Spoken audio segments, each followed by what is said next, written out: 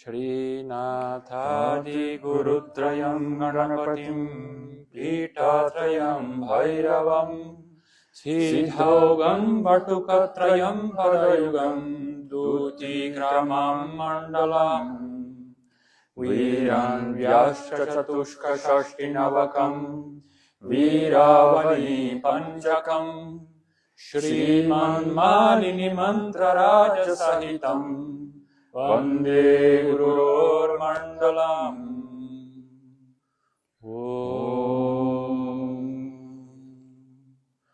ॐ त्र्यम्बकं यजामहे सुगन्धिं पुष्टिवर्धनम् उर्वारुकमिव बन्धनान् मृत्योर्मुक्षीयममृतात्। Muito bom dia a todos, um grande prazer poder recebê-los aqui em nosso templo, nossa casa espiritual. Para quem não nos conhece ainda, de maneira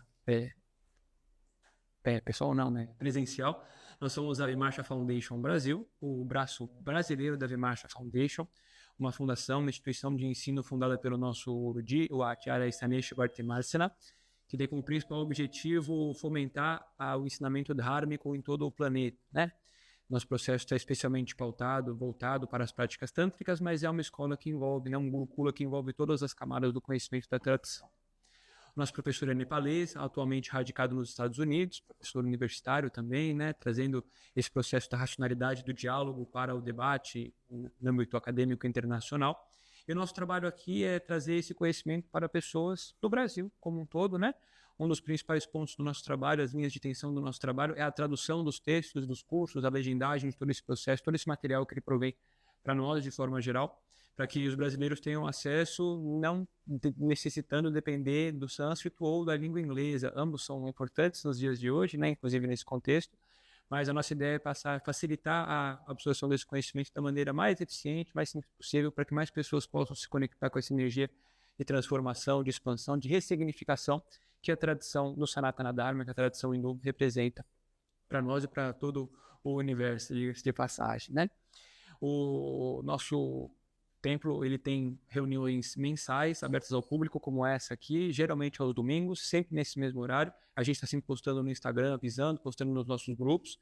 Sempre que tiverem interesse, a gente está por aqui, nesse mesmo local, nessa mesma hora, nesse mesmo formato, né? Cada mês a gente tem uma temática diferente, relacionada a deidades ou a festivais hindus que acontecem por aqui. Nós temos um grupo de estudos no WhatsApp também, que daí com a principal finalidade de aproximar as pessoas desse rolê.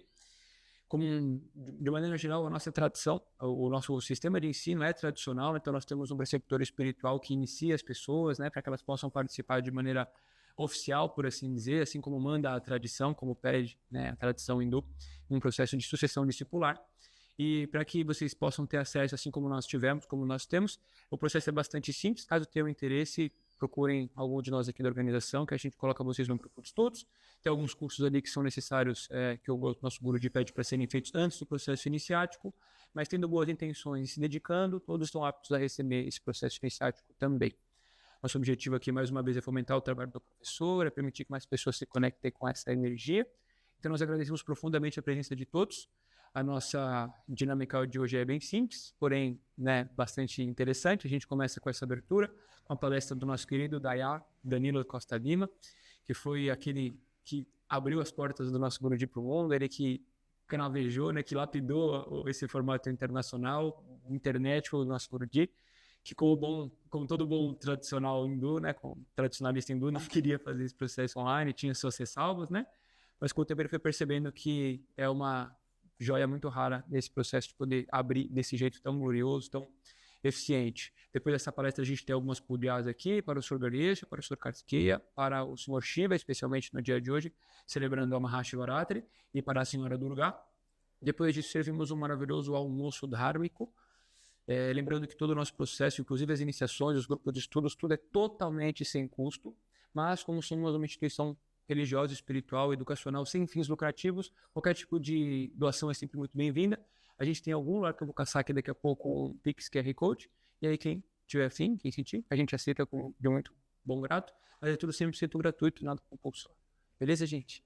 Então, eu agradeço a todos pela presença e passo a palavra para o meu querido Hayak. Vamos, cara.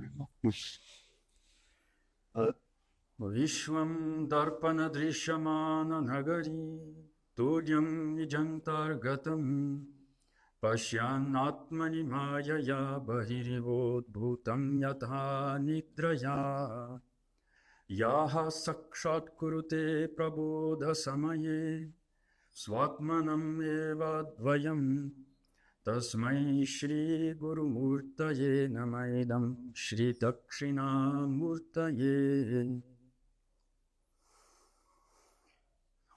Saudações a todos, bem-vindos. E hoje, no dia do Mahashivaratri, a noite mais sagrada para os devotos de Shiva em todo o ano, eu escolhi falar a respeito do texto de onde vem esse verso que eu acabei de recitar, que é o Dakshinamurti Stotram. Então, mas antes de chegarmos nesse texto, eu queria fazer alguns comentários introdutórios. Esse texto nos apresenta Shiva, a deidade suprema dentro do Shaivismo, na forma do guru primordial, o professor, um instrutor de sabedoria primordial. Então, isso nos convida a pensar a noção de guru. Então, a palavra sânscrito guru significa simplesmente professor. Inclusive, dentro do contexto nativo, na Índia, no Nepal, é guru qualquer tipo de professor. Então, seja um professor de matemática, um professor de sânscrito, um professor de idiomas, qualquer coisa ele é chamado de guru, né? Então, é simplesmente um professor. E, no entanto,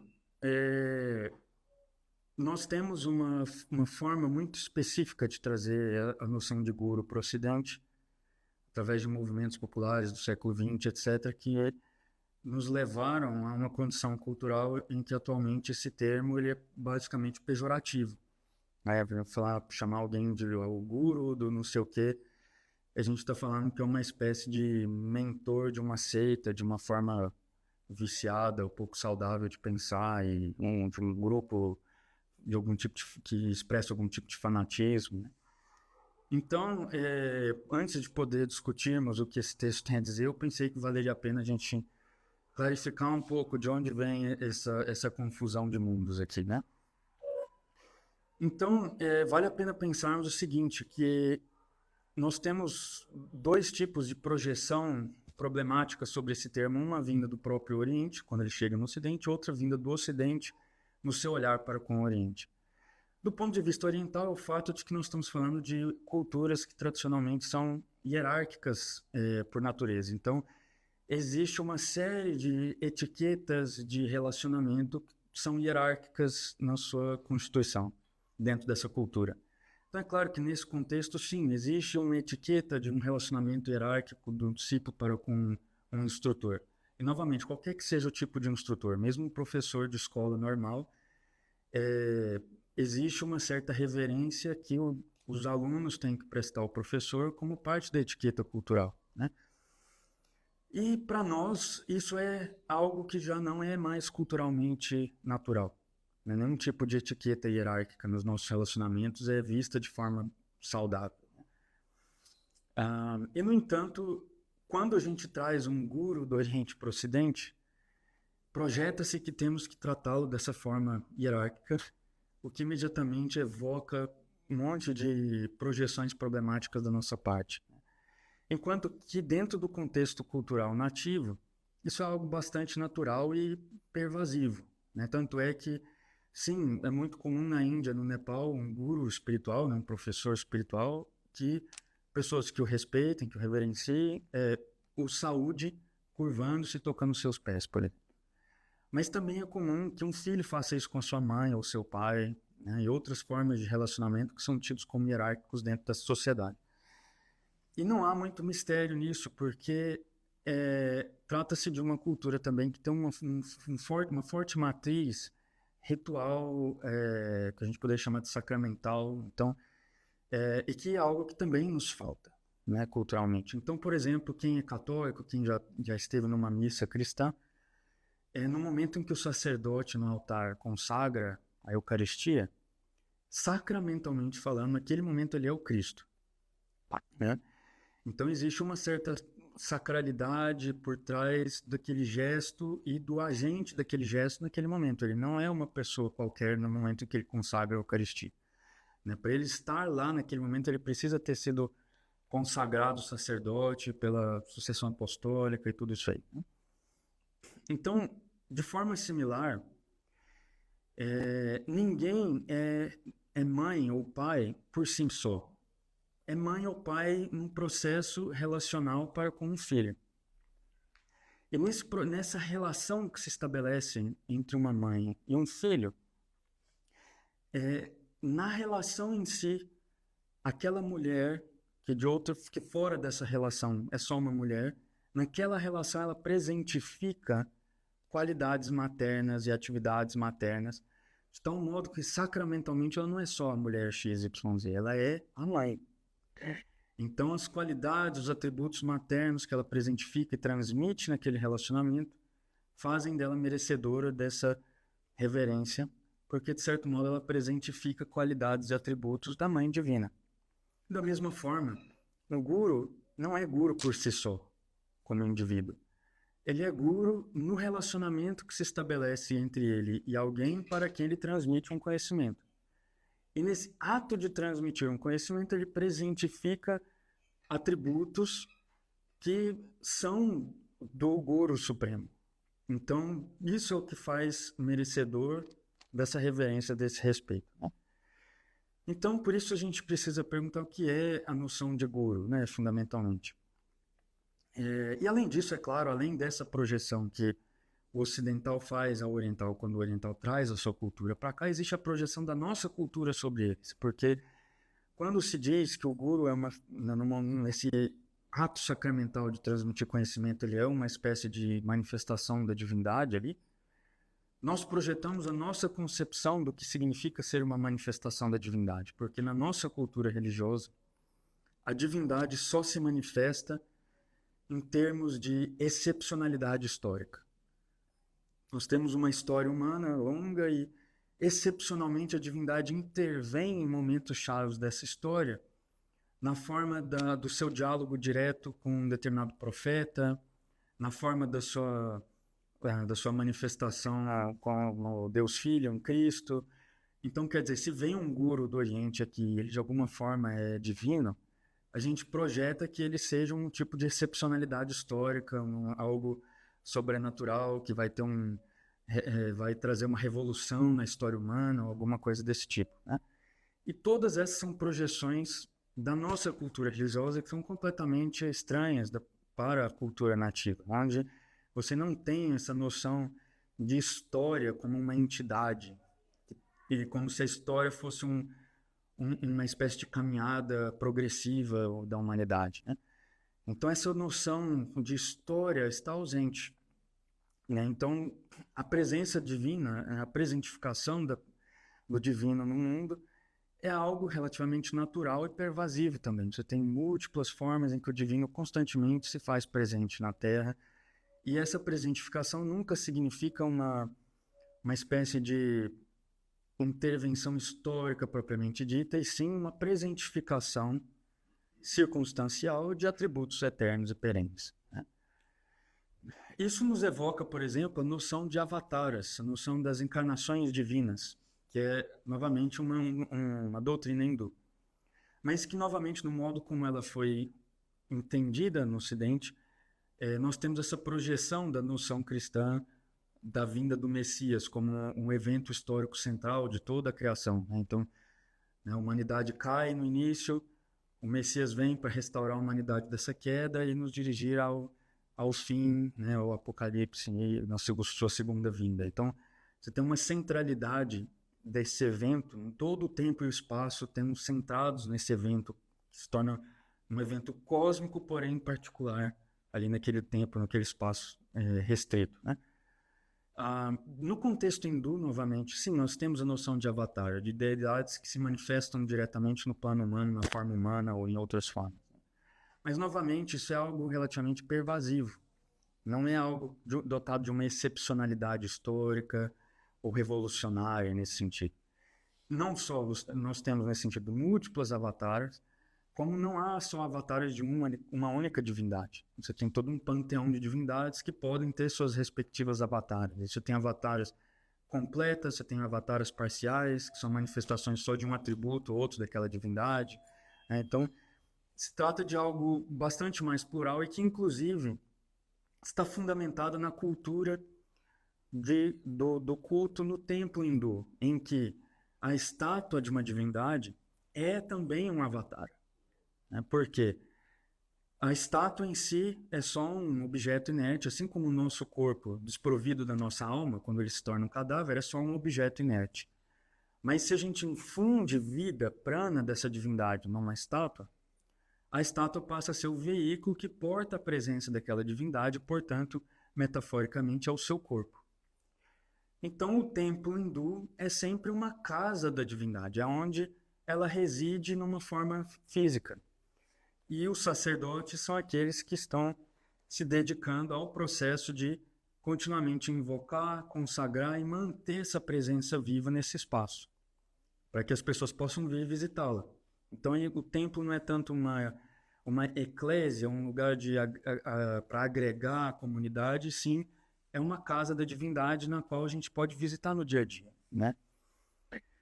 Então, nesse sentido, o divino está presente numa cidade hindu, onde você tem templos, santuários em todas as esquinas, o divino está materialmente presente por todo lado, né? Então, um avatar é nada mais do que esse mesmo processo, mas em vez de uma estátua, numa forma humana, né? E, embora, por exemplo, a gente enfatize bastante os avatares de Vishnu, porque os devotos de Vishnu cultuam bastante os seus avatares, né? Então Krishna, Rama e outros,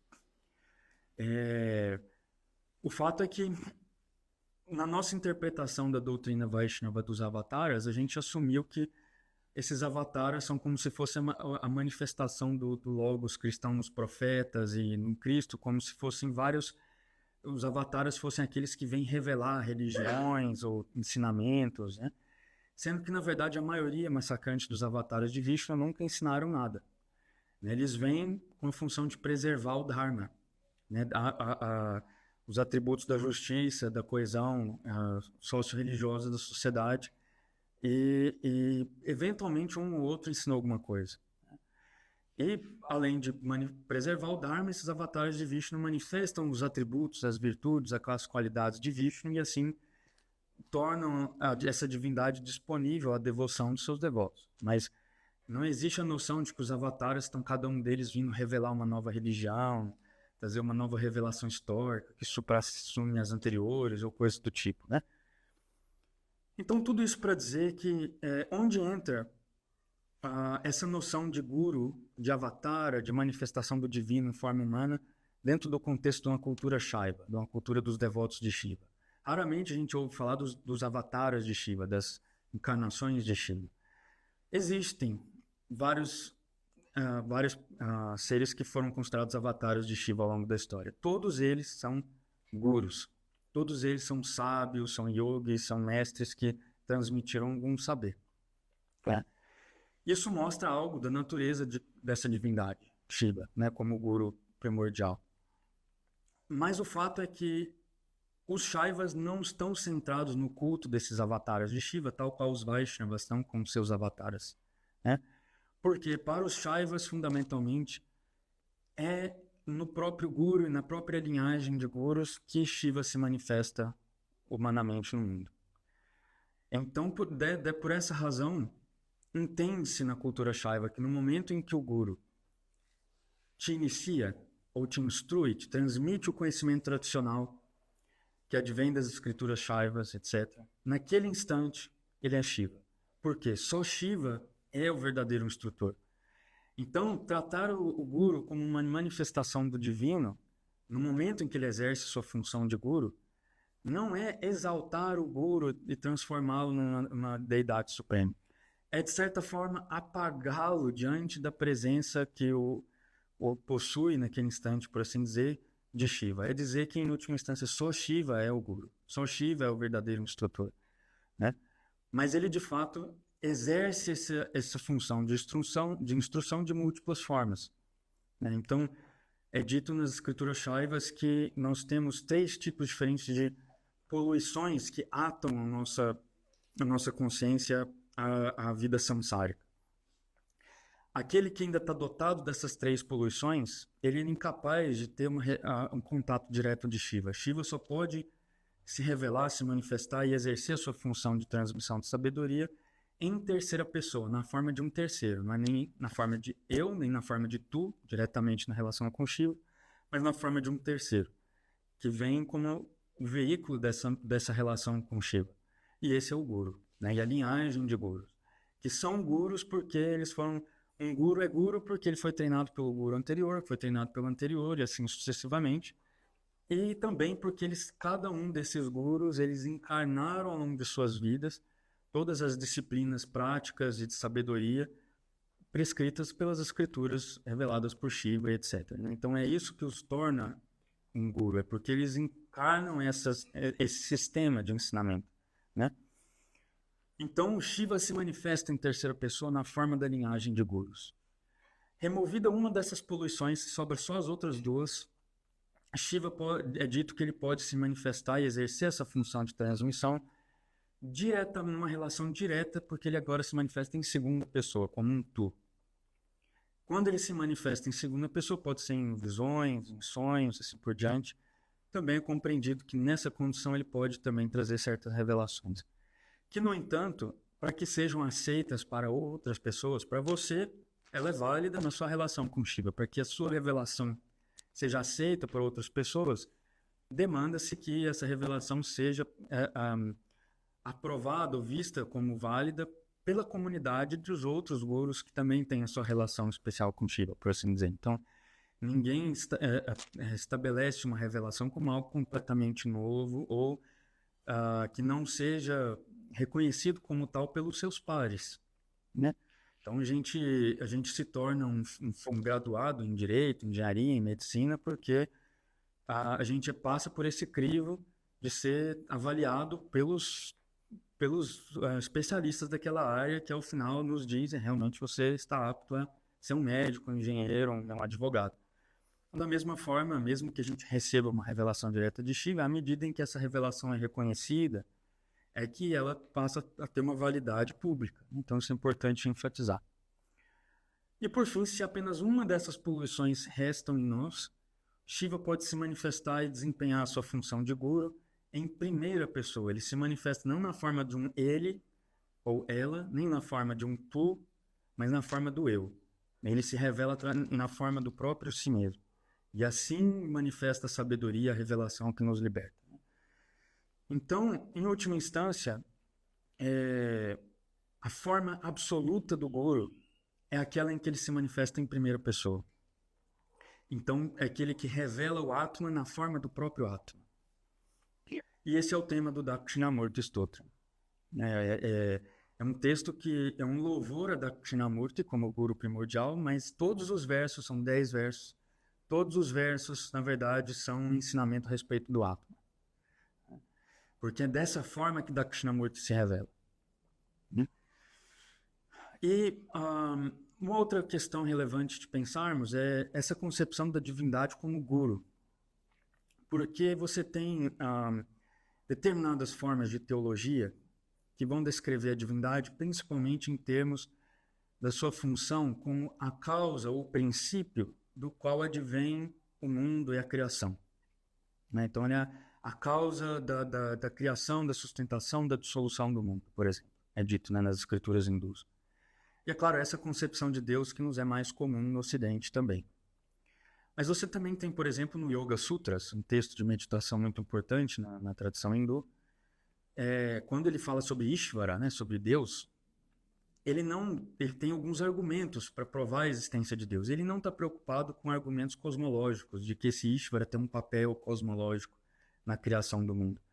Ele está preocupado em provar Ishvara como um instrutor primordial. Ele vai dizer, assim como eu só tenho conhecimento porque alguém, antes de mim, transmitiu esse conhecimento para mim, e essa pessoa, porque adquiriu esse conhecimento de alguém que veio antes dele, e assim sucessivamente, essa transmissão contínua tem que ter um princípio, tem que ter uma causa primeira. E a causa primeira da transmissão da sabedoria precisa ser alguém que já é inatamente onisciente, não que adquiriu essa onisciência de algum modo. E isso é Ishvara. Então esse Ishvara, ele não é uma entidade com funções cosmológicas, ele é uma entidade com funções estritamente gnoseológicas, a função de transmitir o conhecimento que liberta. E nesse sentido, essa concepção de Ishvara, ela se alinha com concepções, por exemplo, do budismo, quando o budismo fala de um Adi-Buda. O Buda é aquele que é desperto, que despertou da ignorância que nos ata ao samsara. E o Adi-Buda, o Buda primordial, é aquele que nunca esteve não desperto, aquele que é primordialmente desperto. Ele tampouco necessariamente tem uma função cosmológica na sua condição de Adi-Buda. Ele tem uma função de primeiridade gnoseológica, né, na transmissão do conhecimento que causa o despertar. Pois o Shaivismo é a tradição em que o divino é as duas coisas simultaneamente. Ele é simultaneamente a causa primeira da manifestação do mundo e a causa primeira da transmissão da sabedoria que liberta. Né? Então, isso vai ter um significado muito especial, porque significa que, inclusive, o mesmo processo pelo qual o mundo é criado é o processo pelo qual a sabedoria é transmitida. As duas coisas não são dissociadas aqui, né? É em prol da revelação dessa sabedoria que o mundo surge. Né? Portanto, assim como no budismo, o Buda é uma figura de pura sabedoria e compaixão, que só age pela compaixão de libertar os seres sencientes do sofrimento, também no Shaivismo, Shiva é uma figura de pura compaixão, que mesmo na sua função cosmológica, tudo que ele faz, mesmo em termos de atos cosmológicos, é nada mais do que uma expressão secundária da sua função primária de transmitir a sabedoria para libertar os seres sencientes. Né? Então, pensando de um ponto de vista dualista, se a gente pensar que os seres sencientes e Shiva são diferentes, são um dos outros, né? Então, a gente pensaria que os seres sencientes são primordialmente ignorantes, desprovidos dessa sabedoria. E não há como Shiva despertá-los, senão concedendo a eles a condição deles encarnarem. Se eles são puro espírito, eles jamais vão poder ter experiência de mundo, de vida, né, de ação, de cognição, que permite que eles esgotem essa ignorância e se abram para a sabedoria reveladora e assim compreendam quem eles são. Então o mundo é criado em prol da revelação da natureza de Shiva para esses seres sencientes. Né? E do ponto de vista não dual, a criação nada mais é do que esse impulso de auto-revelação, é Shiva se revelando, nada mais do que isso. Então, por isso, o processo da manifestação do mundo, o processo da manifestação da sabedoria das escrituras é descrito da mesma forma, né, nessas escrituras tântricas. Então, eu até anotei aqui 2 versos de 2 escrituras tântricas, uma escritura tântrica Shaiva dualista e uma não dualista, que descrevem o que é o Guru, né, o que é Shiva na função de Guru. Então, o Svayambhuva Sutra Sangraha nos diz que agora, a fim de libertar os seres sencientes, né, do tríplice aprisionamento, né, de Mala, Maya e Karma, né, não vou comentar agora quais são essas 3 poluições, mas e assim revelar a natureza absoluta de Shiva, a sabedoria é posta em movimento através de Shiva. Né? E Sadyojyoti, o comentador do Shaiva Siddhanta, interpreta esse verso nos explicando que o que é essa sabedoria, né, vidya, que é posta em movimento através de Shiva. É a revelação das escrituras Shaivas. E essa revelação é nada mais do que a palavra. Né, então, o verbo divino. Esse verbo, ele aparece aqui, segundo esse verso, tendo uma dupla função. A primeira é a função de libertar os seres sencientes dessa tríplice poluição. Esse ato de libertar da tríplice poluição é uma ação que transforma essa alma, né? Enquanto tal, Kriya Shakti, é um poder de ação da palavra. A palavra tem um poder de ação, ela vivifica uma ação e torna ela sagrada, torna ela dotada do poder daquela palavra. E por isso ela é chamada de mantra. Então, essa é uma das faces da revelação, a palavra, ela é mantra. Ela é aquilo que vivifica uma ação sagrada e a torna espiritualmente eficaz, né? E em segundo sentido, é dito que essa revelação serve para revelar a natureza absoluta de Shiva.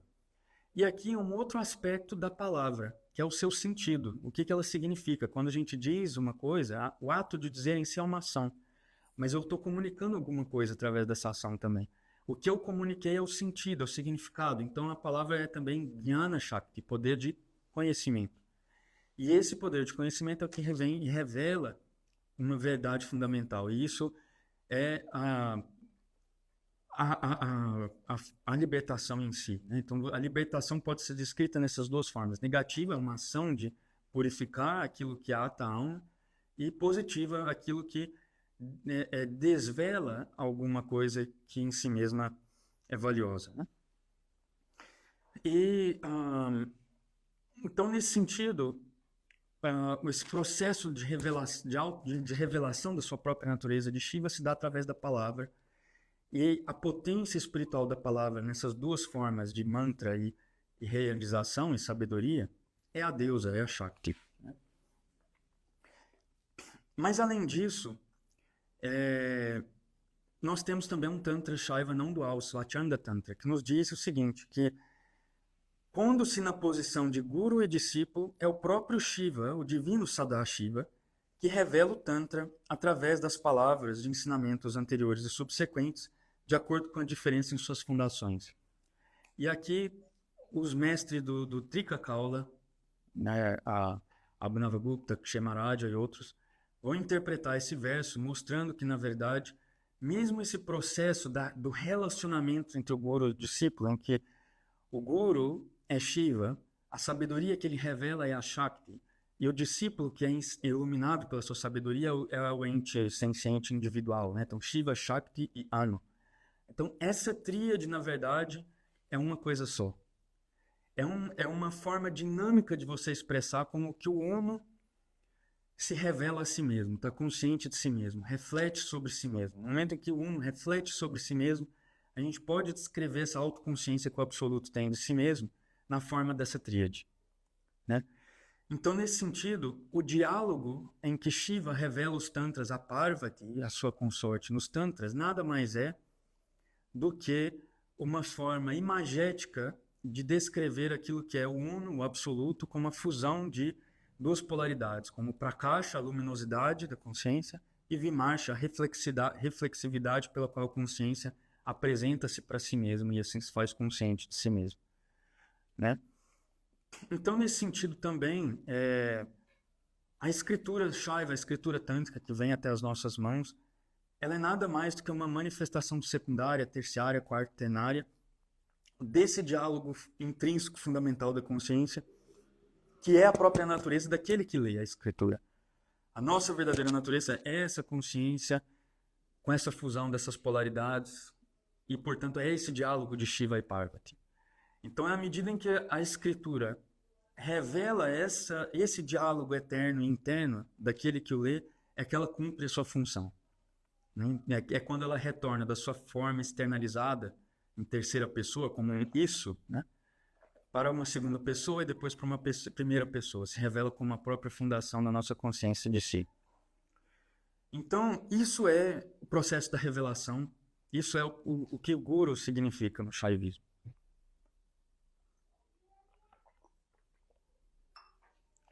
Vamos agora ao texto. O Dakshinamurti Stotra, nós temos 10 versos, mas tem uma série de versos adicionais que são acrescentados pela tradição, que são os Dhyana Shlokas, os versos que descrevem a visualização, né, a forma de Dakshinamurti. Então tem vários deles, eu vou ler um deles com vocês. Maunam Vyakhya Prakatita Para Brahma Tattvam Yuvanam Varshishtante Vasadrishiganair Avritam Brahmanishthaihi Acharyendram Karakalita Chinmudramanandamurtim Svatmaramam Muditavadanam Dakshinamurtimipe. Então essa descrição de Dakshinamurti nos diz o seguinte: saudamos Dakshinamurti, aquele que é jovem, porque ele é descrito como tendo a aparência de um jovem de 16 anos de idade, né? Quem, através da sua instrução silenciosa, revela a verdade do Supremo Brahman, que é circundado por discípulos idosos, anciãos, né, sábios devotados a Brahman. O Supremo Instrutor, quem, exibindo o sinal do conhecimento pela sua mão, é a personificação do deleite, que se deleita em si mesmo e é de aparência agradável. Então, de fato, se a gente vê a imagem de Dakshinamurti, né, para quem está assistindo por vídeo, nós temos que ele tem em uma das suas mãos, ele segura a escritura, que significa o ato de escutar o ensinamento. Na outra mão, ele segura uma chama, que é o ato de refletir sobre o ensinamento. Na outra mão, ele segura um rosário, que é a meditação sobre o ensinamento. E, por fim, o Gnana Mudra, o gesto do conhecimento, que é a concessão da sabedoria que liberta através desses 3 procedimentos anteriores, né? Então, é a visão direta da realidade. Então, é dito que um grande guru, mesmo mãe, se ele tem esse poder de revelação nele, um discípulo está estudando um texto com ele, não consegue entender o que está sendo dito, ele pode conceder sua graça fazendo esse gesto e o discípulo entende quando ele faz isso. Eu já ouvi testemunhos de gente que passaram por essa experiência, né, e falam assim o que é. Nosso Param Guruji Shiva Shankara Chaitanya Bharati, de um dos discípulos dele que eu conversei em Varanasi, me contaram que tiveram essa experiência com ele. Eles estão estudando um texto, não entra de jeito nenhum, ele faz assim e abriu-se os textos, né? Então, mas aqui nós temos a ideia de que esse jovem de 16 anos, esse sábio Dakshinamurti, está circundado de rishis, né, os sábios, anciãos do hinduísmo. E todos eles estão ali curvando-se a ele, né, e ele, em silêncio, está revelando o Brahman para eles. Ele não diz nada. Ele só mantém a sua presença silenciosa e todos eles entendem. Então, novamente, isso nos coloca essa figura de Shiva como o Ishvara do Yoga Sutras, aquele que é um instrutor primordial, aquele que é pereneamente onisciente, né? Que é a fonte da transmissão iniciática de sabedoria, que é os rishis. Então, os rishis são os primeiros mestres da humanidade. Mas os próprios rishis recebem a sabedoria de alguém, que é Dakshinamurti, essa representação, né?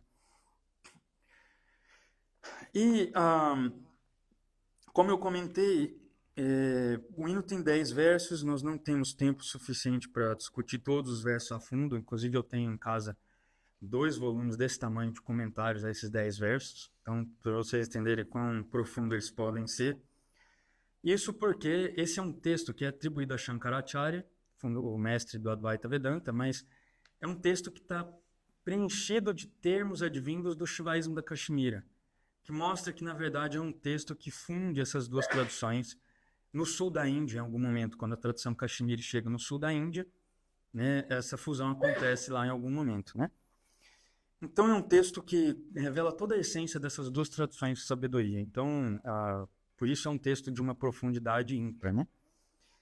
E no processo de ler os versos do texto com vocês, ao invés de ler os versos na ordem em que eles estão escritos, eu vou fazer a experiência de ler os versos na ordem inversa. Por quê? Esse texto segue um princípio de que você começa pela instrução mais elevada possível. Porque se o discípulo é apto o suficiente, essa instrução é suficiente para ele. Se ele não é apto o suficiente, você baixa um pouco para o segundo nível. E assim por diante, né? De tal forma que o último verso é o mais simples e o primeiro é o mais difícil, né? Então eu vou tentar fazer uma leitura partindo do pressuposto que estamos todos bem longe de sermos esse mais apto, né, de todos. E vou começar do 10º verso. E todos os textos hindus, toda a escritura no hinduísmo, né? O último verso é um Palashruti. É um verso, uma porção do texto que te diz quais são os frutos que o conhecimento que esse texto apresenta traz para aquele que o estuda e o compreende. Então, quais são os frutos que uma determinada ciência, uma determinada arte te entrega, né, por assim dizer. E o Palashruti também é, do ponto de vista dos textos espirituais, aquilo que te orienta como que você vai formular a sua intenção. Então eu vou estudar o resto do texto e praticá-lo, né, a partir da intenção que está posta no Palashruti no final, visando a meta que o fruto que o Palashruti diz que esse conhecimento transmite, né? Então eu começo do Palashruti.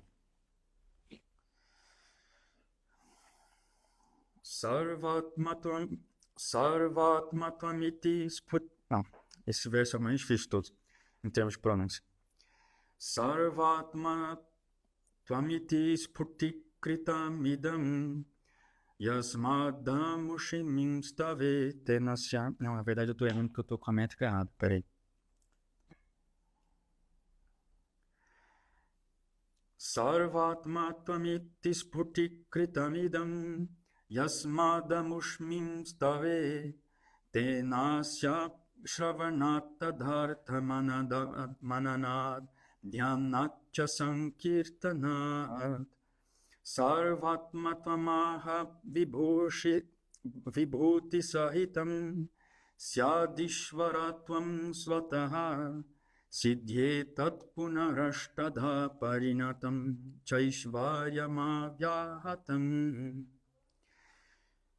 Então o texto nos diz o seguinte, que uma vez que o princípio da suidade universal foi revelado nesse hino, então o que é suidade universal, né? Sarvatmatvam. É a ideia de que aquilo que cada ser senciente experiencia como a sua própria presença, o seu próprio si, é na verdade universal. É não uma entidade finita que se limita diante de outras entidades finitas e diante de um mundo, mas é, na verdade, o próprio contexto universal em que todas essas entidades estão se relacionando. Então, é a fundação de tudo e nada está fora dessa presença. Então, essa presença de si, que está no fundamento da nossa vida consciente, é tudo o que é, não tem nada fora disso. Então, isso é Sarvatmatvam. Então, o princípio de Sarvatmatvam é revelado nesse hino. Então, esse é o tópico do hino, isso que o hino diz respeito, né? E, portanto, escutando, refletindo no seu significado e meditando sobre esse significado, né? E também cantando, atinge-se a identidade com Ishvara, com a divindade. Juntamente com o grande poder de ser um si mesmo universal, que é a noção de Ishvaratvam, a noção de soberania. Então, não só aquele que atinge essa suidade universal, essa compreensão de que a presença de si mesmo é todo abarcante, encontra a sua identidade com o divino, mas também adquire a sua soberania sobre esse mundo, né? Então, o que vem automaticamente, ou seja, é só uma espécie de efeito colateral da realização da nossa suidade universal. E assim também o poder inobstruído que se manifesta em 8 formas distintas é obtido, né? Então trata-se da noção dos 8 siddhis do yoga. Então quer dizer, toda a finalidade do caminho do Jnana Yoga, da sabedoria, e toda a finalidade do yoga, do Raja Yoga, né, o caminho da meditação, estão inclusos no fruto desse hino. É isso que o hino revela, né?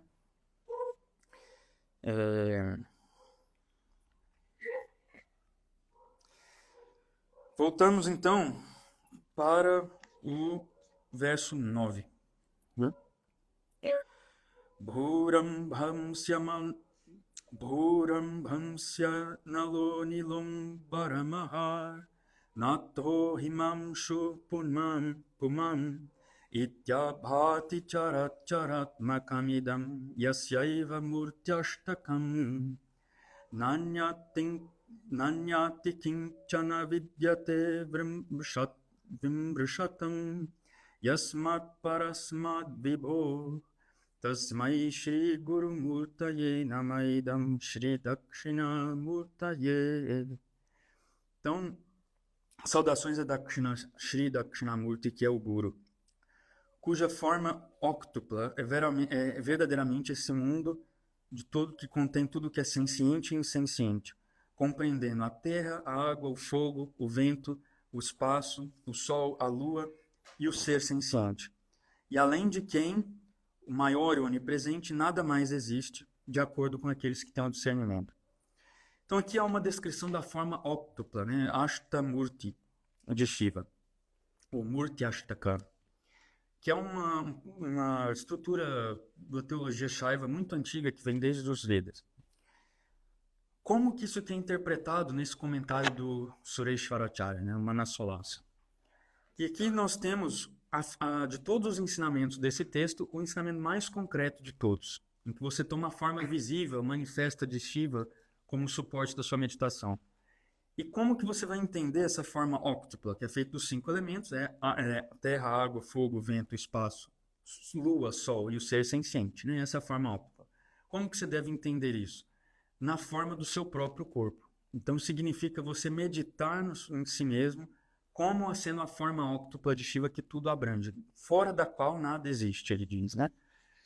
Então trata-se de uma meditação em que você medita no seu corpo como dividido em 5 partes, né? Dos pés até o joelho, do joelho até a cintura, da cintura até o peito, do peito até a sobrancelha, da sobrancelha até o topo da cabeça. Você medita no seu corpo dividido nessas 5 partes. Em cada uma dessas partes, você vai meditar nessa parte do seu corpo como tendo a identidade desse elemento. Então, por exemplo, eu começo aqui pela terra. Né? Então, essa parte do meu corpo é o próprio elemento terra. E tudo que é feito da terra em todo o universo está aqui. É isso aqui. Isso aqui é a terra que tudo abrange toda a esfera de todos os objetos e entidades cuja natureza é a terra. E assim por diante, eu medito em cada parte do meu corpo como sendo 5 elementos e abrangendo todos os entes do mundo físico. Né? Em seguida, o Sol e a Lua. O que seriam o Sol e a Lua? Seria o processo vital que anima esse corpo, que é o prana e o apana, a inspiração e a expiração, que fluem nesse corpo yógico na forma de Ida e Pingala. Né? Então, Ida na esquerda, Pingala na direita. Esses 2 canais yógicos pelos quais o prana sobe e desce no corpo e vivifica esses 5 elementos. Isso é o Sol e a Lua nessa Ashtamurti. Então você tem um processo de meditação aqui que vai incluir, portanto, uma espécie de exercício respiratório. Né? E por fim, a 8ª forma é o próprio ser senciente. Então, o Diva, o seu senso, a sua alma, né? O seu eu senciente individual. Só que aqui ele é a própria a mente que abrange todos os seres sencientes, não só você mesmo.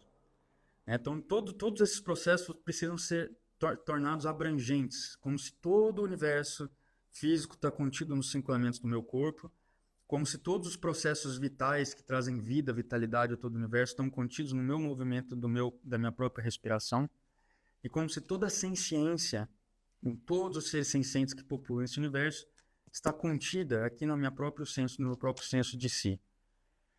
Essa meditação é feita segundo Sureshwara na forma do Ashtanga Yoga, os 8 passos de meditação de Patanjali. Né?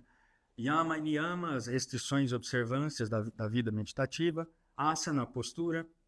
Pranayama, a respiração. Pratyahara, a retração dos sentidos. Né? E a tríade de concentração interna, que é Dharana, Dhyana e Samadhi. Né? Dharana, a fixação da mente. Dhyana, a contemplação contínua. E Samadhi, a absorção unifocal. Então, através desses 8 membros meditativos, eu medito na minha forma como sendo a forma óctupla toda abrangente de Shiva. E essa é a meditação mais grosseira de todas nesse texto. É a mais acessível, a mais tangível de todas, né? Então, por isso, ele aparece por último. E através dessa meditação, que você toma como suporte todos esses elementos grosseiros, a sua manifestação vital, etc., e torna isso abrangente, eventualmente você quer que toda a sua sensação de mundo físico, de externalidade, né, se dissolva numa percepção mais sutil de que tudo, de certa forma, é consciência e não dual, né? Então é nessa direção que o texto nos leva. Então no 8º verso ele nos diz: Vishvam pashyati karya karanataya svasvami sambhandataha Shishacharyataya tathaiva pitriputra dhyatmana vedataha Swapne jagrati vaya esha purusho maya paribramitaha tasmai shri guru murtaye namaidam shri dakshina murtaye. Então agora esse verso nos diz: saudações a Shri Dakshinamurti, que é o Guru. Quem, como na forma desta pessoa, sendo iludido por Maya, vê esse mundo tanto no sonho quanto na vigília, no estado do sonho e da vigília, como cheio de diferenças que são trazidas através de relacionamentos tais como a causa e o efeito, a propriedade e o possuidor dessa propriedade, o discípulo e o mestre, e também o pai e o filho, e assim por diante. Então, aquilo que eu comentei daquele verso do Swachanda Tantra, né, dessa escritura não dual do Shaivismo, de que a relação guru e discípulo, ela própria é uma externalização do uno tomando consciência de si próprio. Então, essa diferença, essa externalidade entre esses dois elementos em relação é falsa. Não é que o guru e o discípulo não estão presentes, né? Mas que a noção de que um é externo ao outro é falsa. É uma ilusão. Na verdade, é o dinamismo autorreflexivo de uma coisa só que está tomando a forma de guru, discípulo e a instrução entre eles. E da mesma forma para todos esses outros pares relacionais, pai, filho, a propriedade, aquele que é o dono dessa propriedade, e mesmo causa e efeito. E a principal relação de causa e efeito no contexto da teologia indiana é aquela entre o que a gente chamaria do Criador e o mundo criado, né? Ou a fonte do mundo e o mundo que emana dele. Então, essa relação de causa e efeito também, da mesma forma, é uma diferença que advém da nossa percepção errônea. Na verdade, uma coisa não é externa à outra. É o dinamismo autorreflexivo do uno assumindo essas duas formas. Então, quer dizer, pela meditação que a gente acabou de fazer no verso que a gente acabou de ler, em que a gente medita em nós mesmos como na forma óptica universal de Shiva, eventualmente a gente está apto a meditar nesse verso e entender isso aqui. Entender que essas diferenças aqui são falsas, né? E entendendo que essas diferenças são falsas, o que a gente vai entender em seguida? Vamos ver no verso número 7.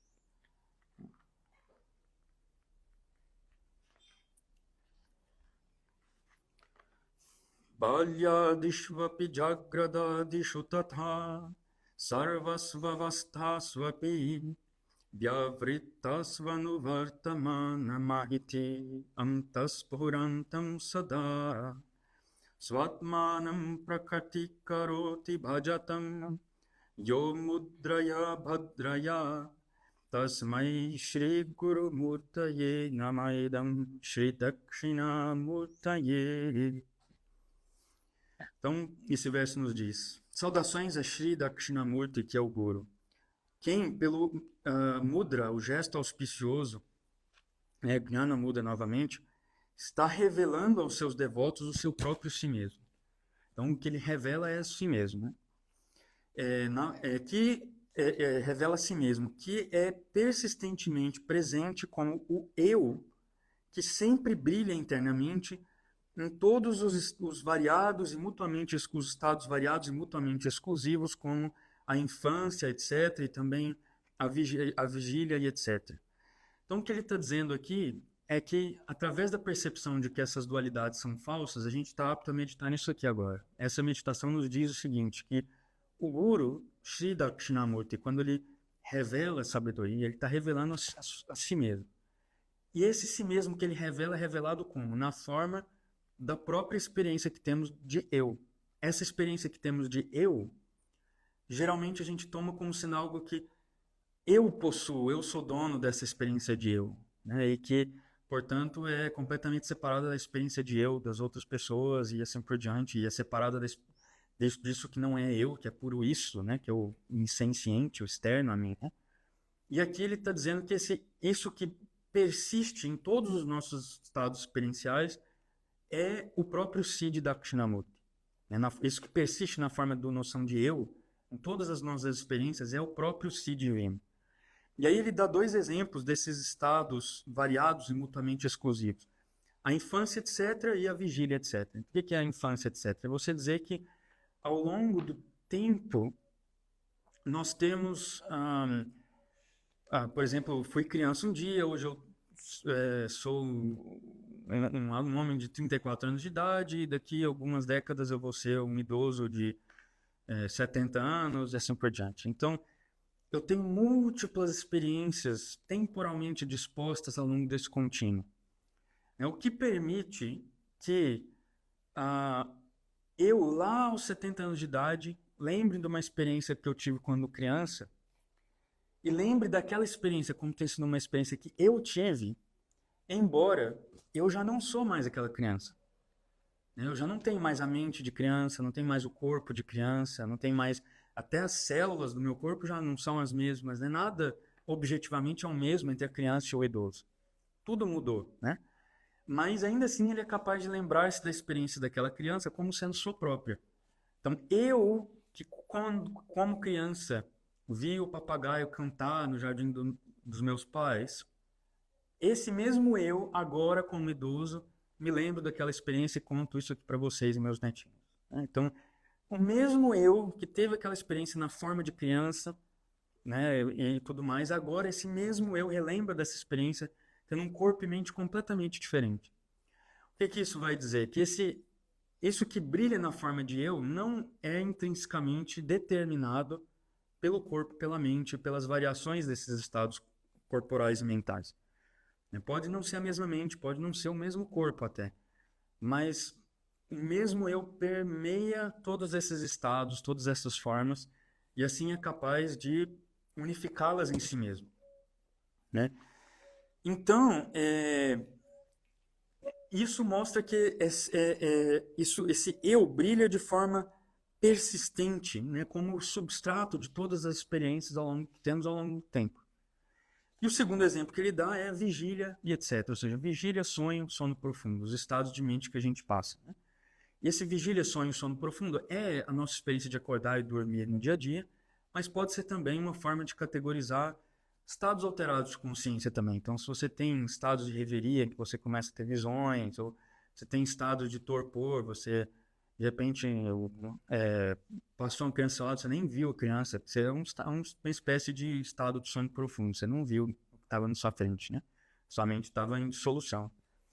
E então, assim por diante, é uma forma de categorizar estados de consciência em geral que existe nas traduções indianas, né? E aí, novamente, nós temos experiências na vigília, no sonho, no sono profundo. E eu consigo me lembrar de todas essas experiências de alguma forma como sendo minhas experiências. Eu vou dormir no sonho, eu sou um rei africano, sei lá, governando o meu reino. Esse rei africano não tem o corpo que eu tenho na minha vigília, não tem a mente que eu tenho na minha vigília. É uma outra mente, é um outro ego, inclusive, né? E aí eu acordo do sonho e me vejo de novo no corpo, na mente de Danilo. Mas é o mesmo eu que se lembra de ter experienciado a si mesmo na forma do rei africano no sonho e experienciar a mim mesmo como Danilo na vigília. E assim por diante. Então, quer dizer, não só que você tem os vários eus empíricos da nossa vida histórica, né, da infância à velhice, mas mesmo os eus que a gente tem em estados alterados de consciência. É um mesmo senso, é uma mesma presença de si que toma todas essas experiências como suas. Então, esse mesmo, e mesmo a experiência de sono profundo, eu durmo, eu acordo e falo, eu apaguei, né? Como que eu sei que eu apaguei? Porque eu tenho experiência do nada, de alguma forma. O vazio de não ter nada que eu estou experienciando no sono profundo. Nem o tempo, nem vi o tempo passar naquele estado. Mas eu estou ciente que eu apaguei. Então eu estou ciente da experiência de ter dormido profundamente quando eu acordo. Eu experienciei um sono profundo, onde eu não tinha nenhum corpo, nenhuma mente naquele estado, né?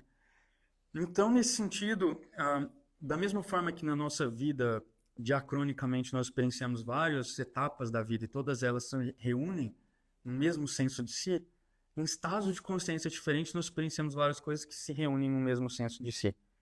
E esse senso de si é Dakshinamurti, porque veja que ele não é determinado por nenhuma dessas formas. Se o meu senso de si, se o meu eu, é inerentemente um jovem de sexo masculino de 34 anos de idade, etc., eu não poderia sonhar que eu sou um rei africano e tomar aquilo como sendo eu. Eu só posso, ora, me perceber como um rei africano e ora como Danilo, porque isso que está se percebendo nessas formas não é nem de uma forma nem de outra. Nem ele é inerentemente Danilo, nem inerentemente um rei africano. Por isso ele pode se perceber dessa forma e daquela forma. E assim por diante. Então, da mesma forma, eu posso me perceber na vigília, no sonho, no sono profundo, porque inerentemente eu não sou da natureza nem da vigília, nem do sonho, nem do sono profundo.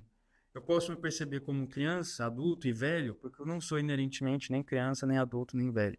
E assim por diante. Então, essa mesma capacidade de permear todas essas diferentes formas de autoexperiência me mostram que eu transcendo todas elas também. E, portanto, essa meditação nos permite compreender a próxima.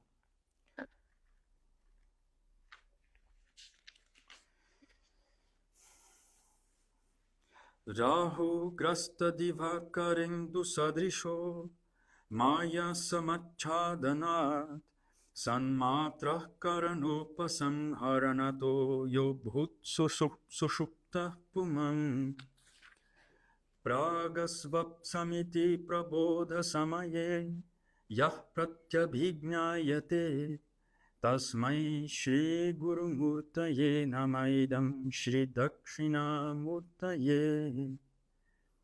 Então, saudações a Shri Dakshinamurti, que é o Guru, que é o si mesmo. Quem, no sono profundo, induzido pela remoção dos sentidos e coberto por Maya, tal como o Sol e a Luz são devorados por Rahu, era existência apenas. E quem, no momento da vigília, reconhece a si mesmo na forma de eu que anteriormente dormia. Então, a meditação anterior agora focada na experiência de que é o mesmo senso de si que permeia o sono profundo e a vigília. Então, ele está dizendo que no sono profundo, esse mesmo Dakshinamurti, esse mesmo si mesmo, porque os sentidos estão retraídos naquele estado. Os sentidos estão retraídos tanto do mundo externo, tanto do nosso próprio mundo interno. A gente não está imaginando nada nesse estado, a gente não está sonhando, né? Então, não tem nenhum objeto que eu estou aprendendo, não estou percebendo nada, né?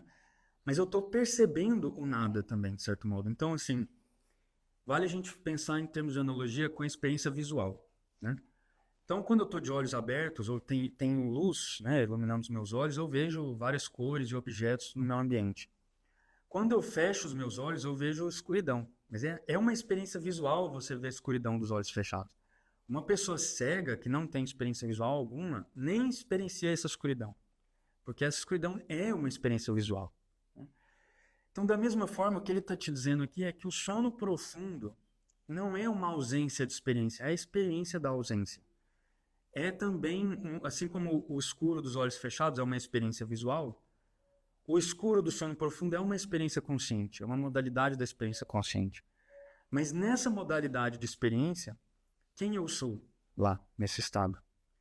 Eu não sou fulano, eu não sou ciclano, eu não tenho corpo, eu não estou pensando nada específico, não estou pensando X, Y, Z, não estou percebendo nenhum objeto. Né? E ainda assim é uma experiência. O que é isso? Que experiência é isso? Né? Essa entidade que subsiste, mesmo no estado de sono profundo, é dito aqui ser existência apenas, é pura existência. Né?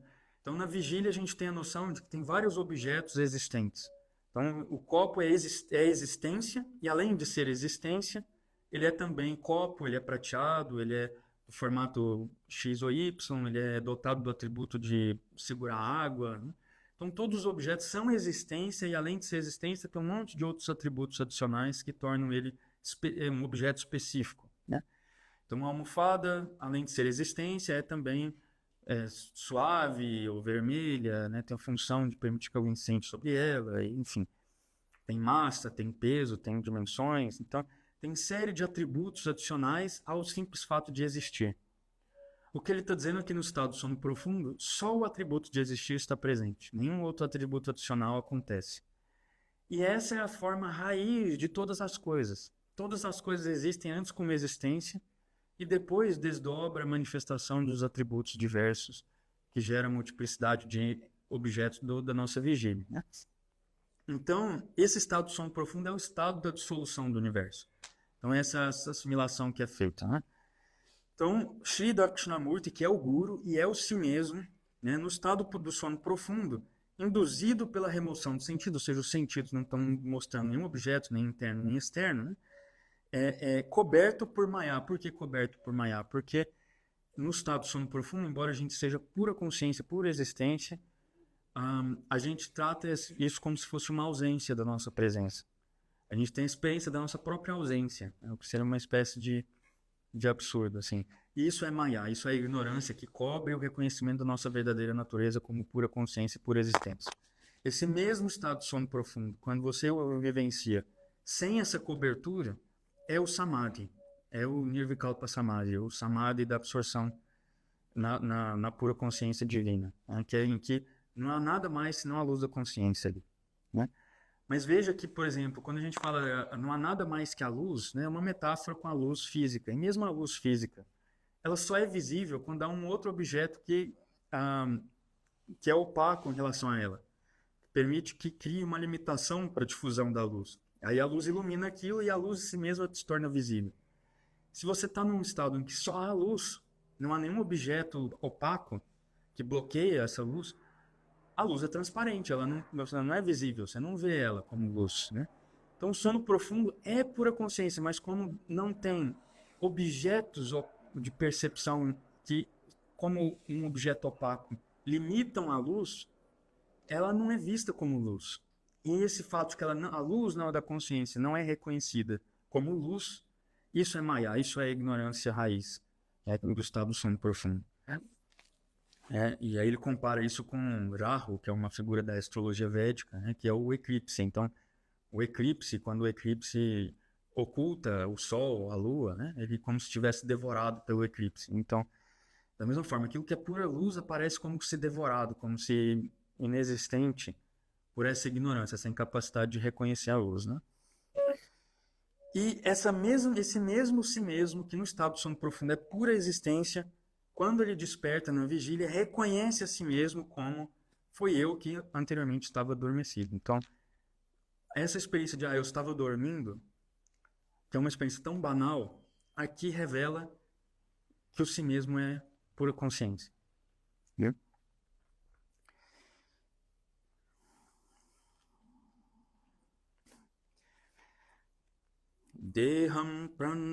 Deham pranamapindriyanyapi chalam buddhim cha shunyam viduho stribalan jadopamastavamite brahmta bhrisham vadinaha maya shakti vilasakalpitamaha vyamoha samharine Tasmai Shri Guru Murtaye Namaidam Shri Dakshinamurtaye. E aí ele diz aqui nesse verso que alguns disputantes, né, ou seja, filósofos que estão debatendo várias teorias, podem ser comparados a pessoas burras, né, desprovidas de inteligência, porque eles são extremamente iludidos ao pensar que o corpo, o prana, os sentidos, né, o intelecto instável e o vazio sejam o Atma, seja essa presença de si. Saudações a ele, Shri Dakshinamurti, que é o Guru, e que remove a grande ilusão de tais pessoas Ilusão essa que foi criada como pelo jogo do poder de Maya. Então, basicamente aqui, pelas meditações anteriores que a gente fez, inclusive essa que vê a continuidade entre a vigília e o sono profundo, a gente percebe que não faz sentido pensar que essa presença de si mesmo seja idêntica ou redutível ao corpo, ao prana, aos sentidos, ao intelecto ou ao vazio. Porque todas essas coisas podem ser experienciadas como presentes ou como ausentes, e aquela presença de si permanece como substrato da experiência da presença e da ausência de todas essas coisas. Então, se eu experiencio, por exemplo, eu vejo essa parede vermelha, né? E eu penso, é inerente, é idêntico, o fato disso ser vermelho, o fato disso ser parede, são um fato só.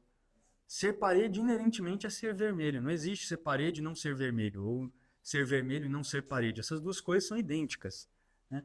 É uma ilusão, porque na verdade eu posso aqui raspar essa tinta e eu vou experienciar a parede, né, sem experienciar vermelho. Então essas duas experiências se dissociam. Agora essas duas experiências estão associadas, eu estou vendo as duas coisas simultaneamente. Mas se eu raspo a parede, ela não é mais vermelha, ela continua parede. Eu percebo que elas são coisas distintas, portanto, que no entanto estão se manifestando juntas.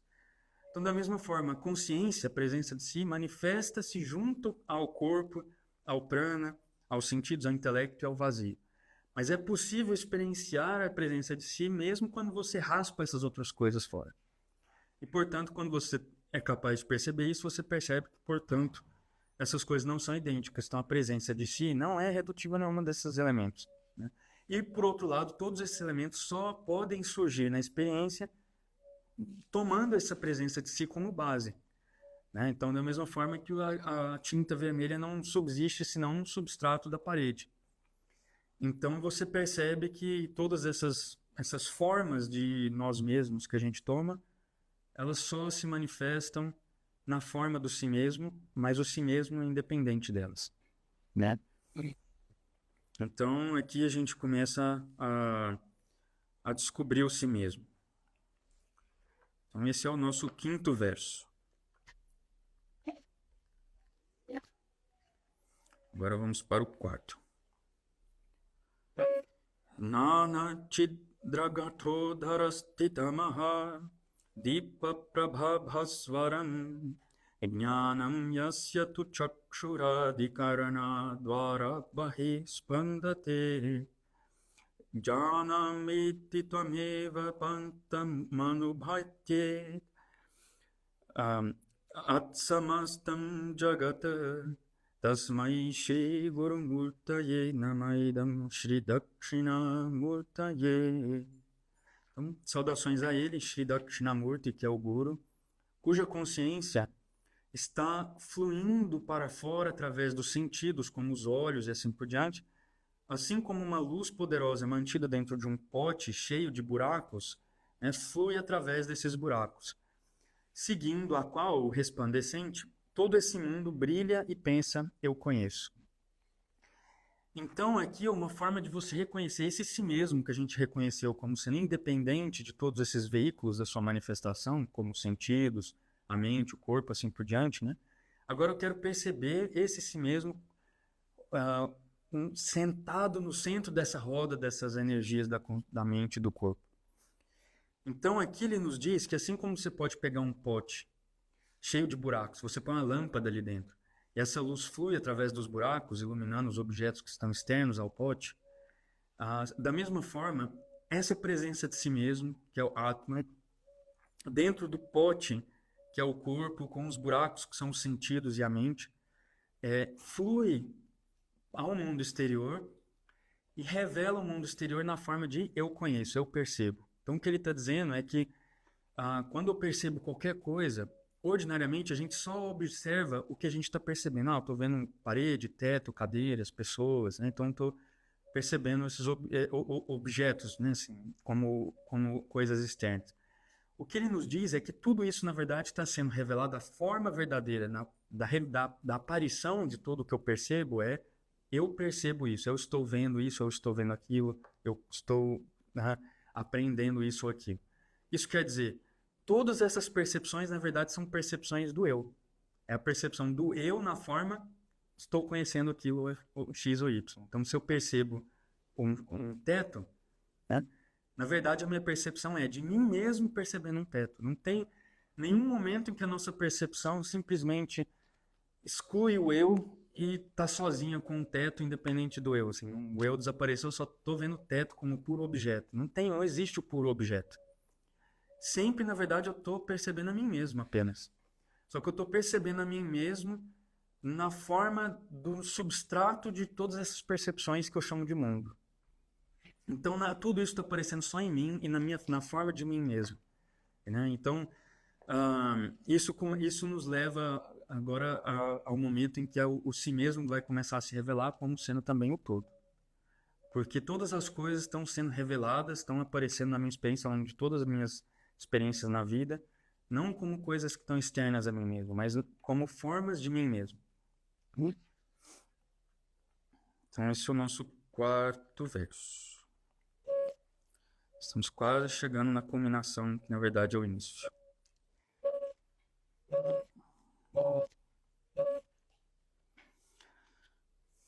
Yasyaiva spuranam sadatmakamasat kalparthakam bhasate sakshat tattvamasitti veda vachasa yo bodhayatsya shritam yat sakshat karanat bhavena punara vrittir bhavam bhonidhau Tasmai Shri Guru Murtaye Namaidam Shri Dakshinamurtaye. Então, saudações a ele, Shri Dakshinamurti, por cujo brilho, que é da natureza da existência, este mundo que é similar à inexistência brilha, que é iluminante, que está iluminando aqueles que tomaram refúgio nele pela mensagem dos Vedas que dizem tu és aquilo, e realizando o qual não há mais retorno a esse oceano da transmigração. Então, aqui ele está dizendo o seguinte, que assim como eu falei para vocês, né, quando eu estou percebendo qualquer coisa, na verdade eu estou percebendo a mim mesmo na forma do substrato da percepção dessa coisa, você chega a um ponto de compreensão em que não existe a coisa, só existe a presença do si mesmo, nada mais. Né? E nesse sentido, o brilho, o que é o brilho aqui? É o fato de que a consciência aparece, é essa manifestação da consciência, né? O fato de que a consciência se revela, a consciência não precisa que uma outra coisa mostre a presença dela, ela mostra a sua própria presença, inerentemente. Então isso é o brilho da consciência. O brilho da consciência é da natureza da existência. Quer dizer, só existe aquilo que é iluminado por ela, assim como, por exemplo, se eu pego uma lanterna no escuro. O que eu mostrei com um feixe de luz se torna visível, é como se não só essa lanterna tornasse visível o que já está ali, mas a lanterna tornasse existente o que ela está iluminando. Não existe aquilo senão na forma como aquilo é iluminado, senão na forma como aquilo é percebido. Então isso aqui nos mostra que não existe nada insenciente, na realidade, não existe um mundo. Porque o mundo, enquanto um objeto insenciente externo e independente do fato de que a gente o percebe, nunca, que é um puro objeto, né? Você nunca pode encontrá-lo. É impossível você experienciá-lo dessa forma.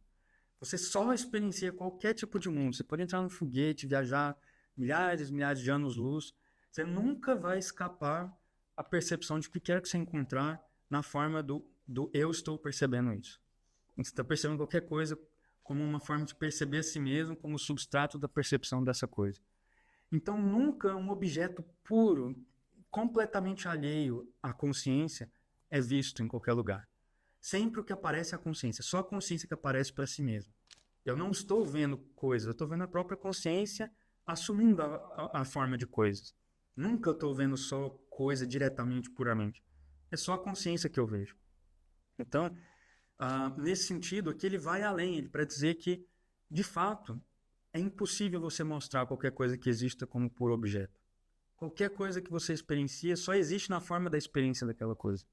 Né? E na forma da experiência coletiva de todos os seres sencientes daquela coisa.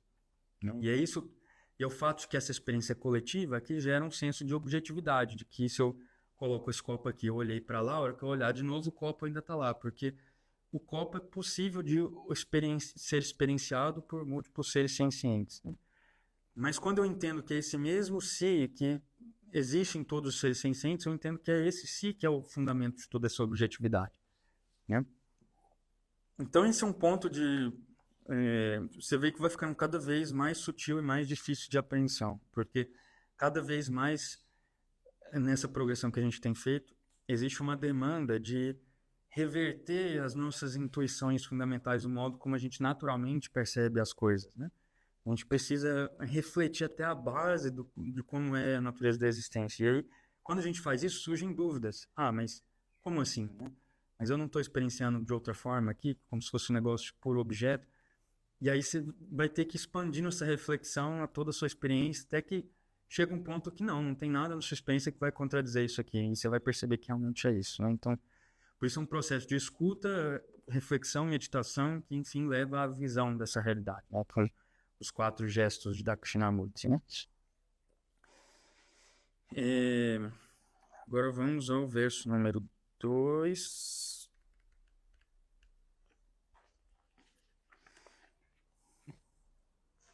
Bijasyantarivam kuro jagadidam pranirvikalpam punaha Maya kalpita desha kala kalana vaichitya chitri kritam Maya viva vidrimpayatyapimaha yogi vaya svechaya tasmai shri guru murtaye namairam shri dakshinamurtaye.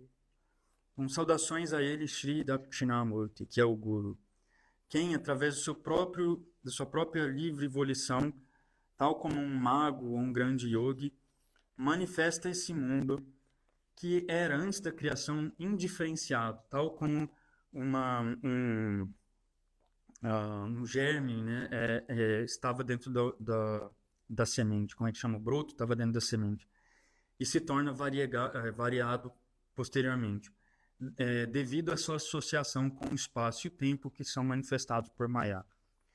Então aqui, esse verso já nos revela o divino como criador do mundo. E em luz do que a gente acabou de ver, o processo da criação do mundo, aquilo que pode ser descrito de forma cosmológica nas escrituras, né? No início era pura existência indiferenciada, una, né? E o divino é isso, e ele se diversifica, manifestando tempo e espaço, vai emanando várias dimensões sutis do cosmos. Então toda essa descrição cosmológica de como que o universo se manifesta a partir do seu princípio primeiro, essa descrição cosmológica agora a gente entende que, na verdade, ela não acontece de forma cosmológica, porque não tem cosmos propriamente dito. Ela se manifesta gnoseologicamente na experiência de cada ser senciente, fenomenologicamente. Então, basicamente, toda hora que eu percebo qualquer coisa, é Dakshinamurti, o Deus Supremo, a fonte de todo o universo, que está criando o universo pelo processo da minha percepção. O processo da percepção é o processo da criação. Não há uma separação entre uma coisa e outra, né? Drishti, perceber, é Shrishti, é criar. Então, no processo de percepção dos seres cientes é que essa descrição cosmológica está acontecendo a todo instante, em meio à experiência senciente de cada um, né? Porque o núcleo da consciência de cada um é o próprio Dakshinamurti. Então, é nessa condição, como o núcleo da experiência senciente de cada um, que ele desempenha a sua função cosmológica. Então, assim como no sono profundo, no estado em que os sentidos estão retraídos, tudo é existência apenas, é indiferenciado, assim como o broto é indiferenciado na semente. Depois emerge da semente e se diversifica como uma árvore que tem tronco, galhos, frutas, folhas, né? Então, toda essa diversidade que forma a árvore, na semente é uma coisa só. Então, assim também, no estado do sono profundo, tudo é só existência. E no momento em que nós saímos do estado do sono profundo para o estado do sonho e da vigília, essa semente da pura existência se diversifica na forma de tudo isso aqui. E isso é o processo cosmológico. Então, o processo da manifestação do cosmos e o processo da manifestação da minha experiência são uma só coisa. Essa é a conclusão de uma perspectiva não dual, né? E por fim, chegamos ao primeiro verso, que é o verso com o qual eu iniciei a nossa conversa hoje. Vishvam darpana drishamana nagari tulyam nijantar gatam pashyan atmani mayaya bahiri bhutam yatha nidraya yaha sakshat kurute prabodha samaye swatmanam evadvayam tasmai Shri Guru Murtaye Namaidam Shri Dakshina Murtaye. Saudações a ele, Shri Dakshinamurti, que é o Guru.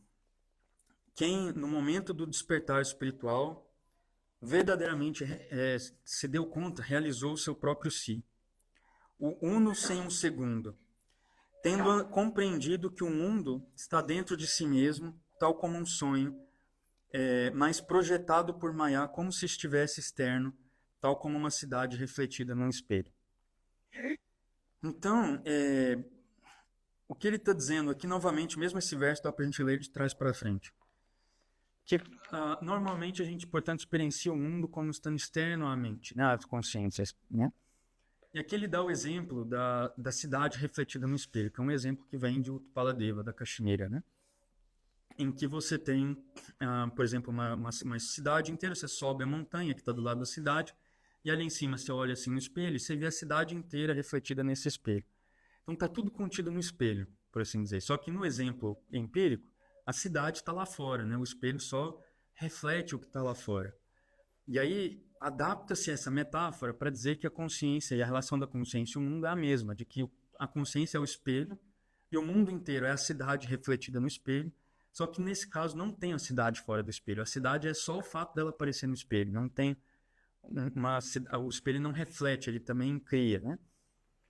Então, no momento em que você começa a perceber que a sua presença de si, o núcleo da consciência, é o espelho no qual tudo isso aqui está refletido, e tudo isso aqui não tem subsistência senão como esse reflexo no espelho, você chega ao ponto de perceber que, na verdade, o mundo existe dentro de si, mas que é como num sonho. Como o sonho, no nosso sonho, nós somos um personagem no nosso sonho. Eu sou lá o rei da África, o exemplo que eu dei antes, né? Eu tô lá um rei africano, tenho o meu reino, meus súditos, né? Meus inimigos, e todo aquele drama está acontecendo ali. Só que, na verdade, tudo aquilo é uma projeção da minha própria mente. Não tem nada ali que não seja a minha própria mente. E, inclusive, o personagem, o rei, ele é uma projeção dentre outras, né? Uma projeção que eu estou tomando como o centro, um núcleo da experiência daquele mundo que eu projetei. Mas eu posso tomar outro núcleo como centro, né? Eu posso, de repente, na noite seguinte, eu tenho o mesmo sonho, mas eu estou vendo agora o sonho da perspectiva do meu súdito. Sei lá. De todo modo, todo esse mundo, todos esses personagens são nada mais que a minha mente. Não tem nada além da minha mente ali acontecendo, né? Então, da mesma forma, a gente seria capaz de perceber que todo esse mundo e mesmo esse eu, que é um personagem dentro desse mundo, são projeções da consciência nesse sentido. E quando eu me dou conta disso, acontece o despertar em que eu realizo o meu próprio si, como sendo uno sem um segundo, aquele que não tem nada fora dele, né? É o uno todo abrangente que não tem nada que seja externo, diferente, ou oposto, ou que o limita, né, nesse sentido. E quando eu me dou conta disso, isso é a manifestação de Dakshinamurti. Então, esse é o Dakshinamurti Stotram. E a gente encerra aqui por hoje. Jayanti Jagadananda Vipakshakshapanaksamaha Paramesha Mukodova Jnana Chandramari Chayaha Akalanka Shashanka Bhatyaksha Chandra Kalavati Mudra Pustala Sadbaha Patuvaha Paramakala Om Namah Shivaya.